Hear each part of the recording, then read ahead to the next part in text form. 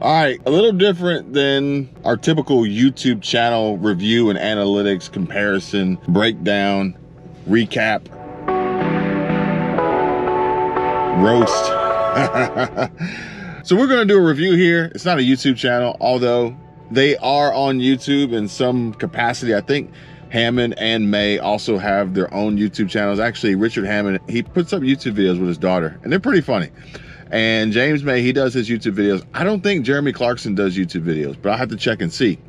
But we're just gonna review another channel, albeit an Amazon Prime channel, an Amazon original, but a channel nonetheless, content creators, and wildly entertaining threesome trio from across the pond. This one was on Jalopnik, and they put this up, I don't know what day it was, published yesterday. The Grand Tour will reportedly be rebooted without Clarkson, Hammond, or May. And it says that we can't say we're optimistic, but you never know.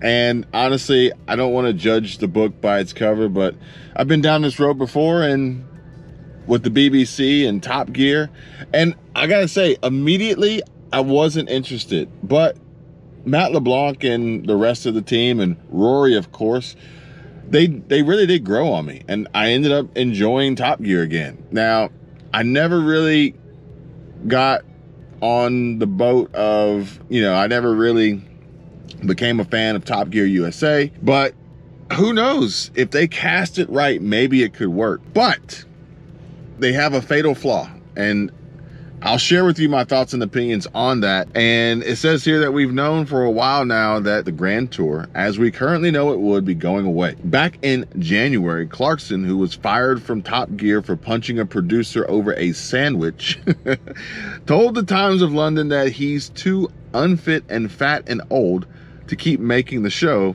So with the old crew moving on to greener pastures, that's the end of the Grand Tour, right? We're just packing up and moving on? According to Yahoo News, not necessarily. And it says here that Amazon apparently plans to keep the show going, and this time with a different set of co-hosts. It is not clear at this time who will replace Hammond, May, and that guy who has a disturbing level of hatred for Meghan Markle. It's also unclear whether the rebooted version of the show will stick with the current specials-only format, or whether producers will try to go back to something more like Top Gear, which they originally tried but later moved away from. And this is actually pretty interesting how this relates to the Lightworks. I charged it. So this is funny how this relates to even YouTube, and how maybe a style that worked to create Top Gear, you would think could be duplicated and replicated with the same cast on another channel under a new name, only to realize that maybe not. Maybe Top Gear was surviving off of, again, we're gonna go back to a video I put up this morning. Top Gear was surviving off of a core audience and a steady audience, or core subscribers and steady subscribers. But to start over from scratch, you're going to need to build that audience, and that audience doesn't want to be built on the same type of content and philosophy and theme and setup and structure as Top Gear was many, many years ago, decades ago. So you have to then alter your content. You got to adjust your strategy. You have to you have to adapt and evolve, especially with as much money as they invested in the three. So you got to make it work, Amazon. For which I think they did. Like, I kind of liked it. I like Clarkson's Farm, but I just think Jeremy's pretty funny. So, it is what it is. Yes. And this also isn't the first time we've heard about the possibility that Amazon would bring in new hosts. In June of last year, Hammond told the Radio Times, some people have said we've been canceled, but really we're getting quite close to the end of our contract. But we didn't really have any particular plans to keep going because we're all really just getting a bit old. It might be time to let someone else have a crack at it. You got to know when your time is up, ultimately go out with a bang on a high note. Yeah. Right? That's what George Costanza said, right? All right, that's it for me. We're going, everybody. The company producing the new series will reportedly be Studio Lambert, which is also behind reality shows such as The Traitors, Gogglebox, and Squid Game: The Challenge. And we're not entirely confident that a reality show production company will be able to make the Grand Tour a hit again, but you never know, it could happen. Whether or not that's the case likely depends on who ends up hosting the reboot. And that is all we have. Oh no, sorry, we got a little bit more down here. And it says, as for the original trio, their final special takes place in Zimbabwe and will air later this year on Prime Video. It's gonna be sad to see them go, but at least I feel like it'll be better to see them farewell than the show just having to end for some particular reason and we don't actually get a finale, which could have possibly happened during COVID. But interesting, like, it is hilarious how we were watching one of the episodes the other night and Jeremy Clarkson got into one of these little like Formula One Indy type race cars. I don't remember where they were. I think they were in Africa, I think. And he couldn't get out of it because he was too fat. But then you're like, well, how'd you get in it? But they had to dismantle the car and take it apart. We had an extremely crazy scare with James May crashing and wrecking that Lancer Evo that he had, that I think it was an Evo 8.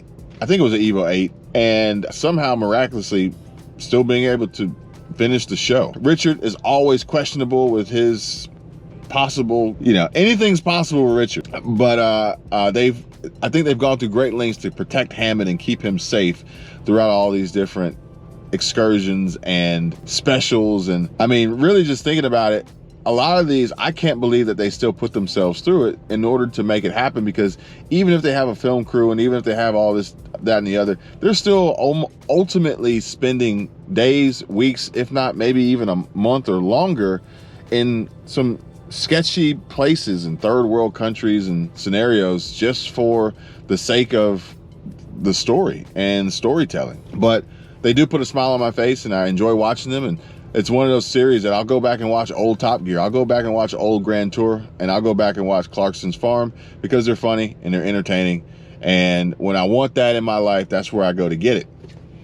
Now, as I mentioned, whether or not earlier, if this could work or not, I think the key here is more than just who hosts it, but maybe they should probably consider not calling it the Grand Tour, because we all know what the Grand Tour is and essentially who the Grand Tour is. And yeah, maybe Top Gear BBC made it work, and maybe Amazon can make this work too, but I think maybe something along the lines of a completely new title paying homage to the Grand Tour would probably go over better with the fans of the originals, the pioneers of this comical trio of auto journalists, enthusiasts, drivers, car people for sure.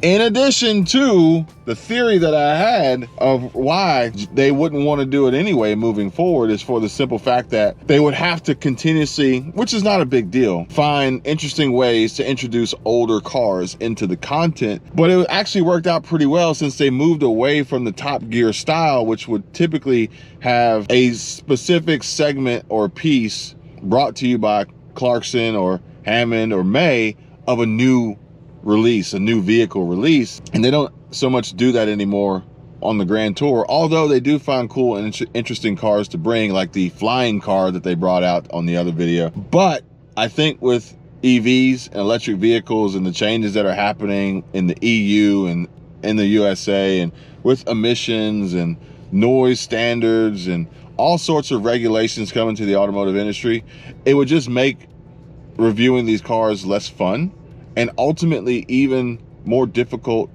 to captivate the audience with an electric car that has no sound. Maybe that was part of it, maybe. But either way, I'm anxiously awaiting more automotive, more car content, and who knows, maybe in the future I'll bring you guys another review or breakdown or reaction to another car channel or another car video or a car itself. Maybe I'll get into car reviews. What do you guys think? Thanks for watching. Give the video a thumbs up, subscribe. See you guys later. Bye.